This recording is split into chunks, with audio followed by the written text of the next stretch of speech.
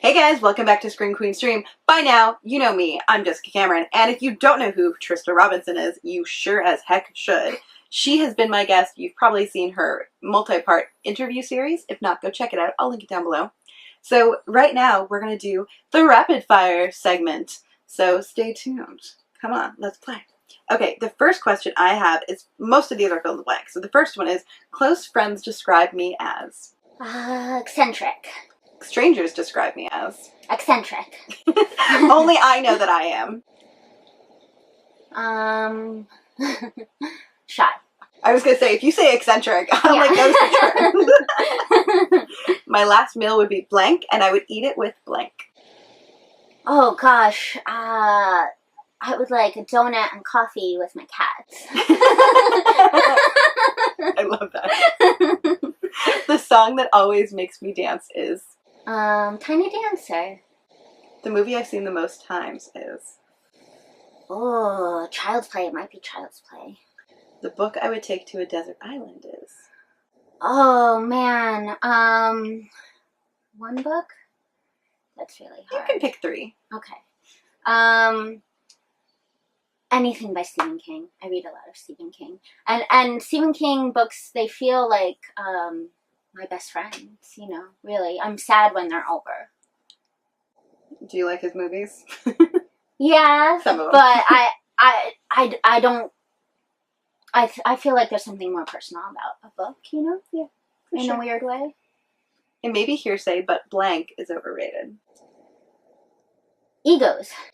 I think I'm really good at? Talking to people.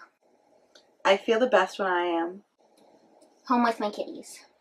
The thing about myself I've learned to love is?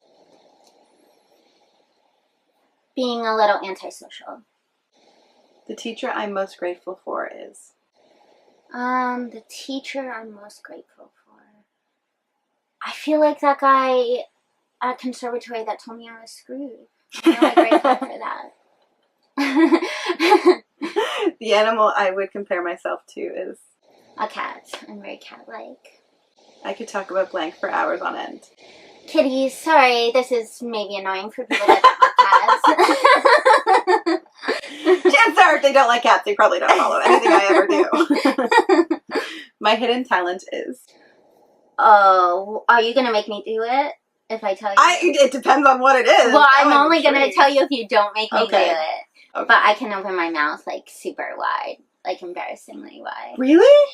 Yeah, I did the American Horror Story campaigns. I did a KFC campaign. Like, people love to exploit my So, like, is this, like, on your resume?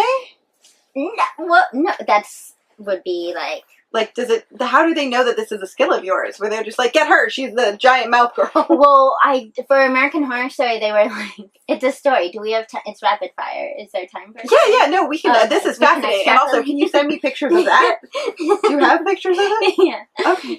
You've probably seen it. I'm sure I have. I just probably didn't. It's everywhere. But, so for American Horror Story, they were looking for someone.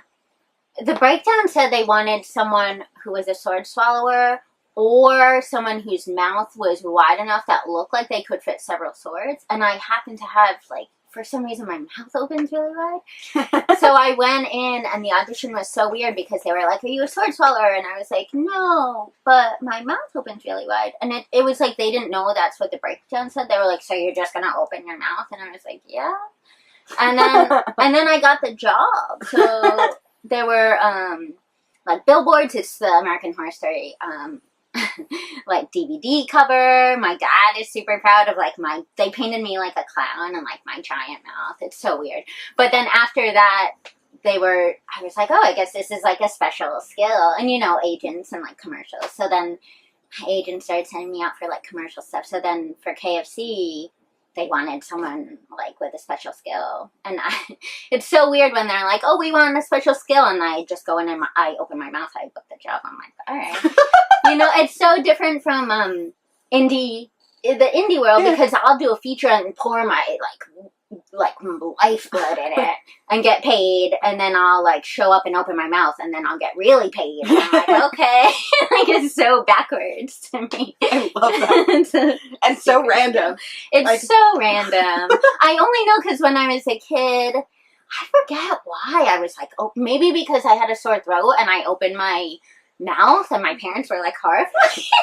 And they used to like make fun of how weird. Like my mouth is so open super long. I'm like a snake or something. I don't know. Good to know.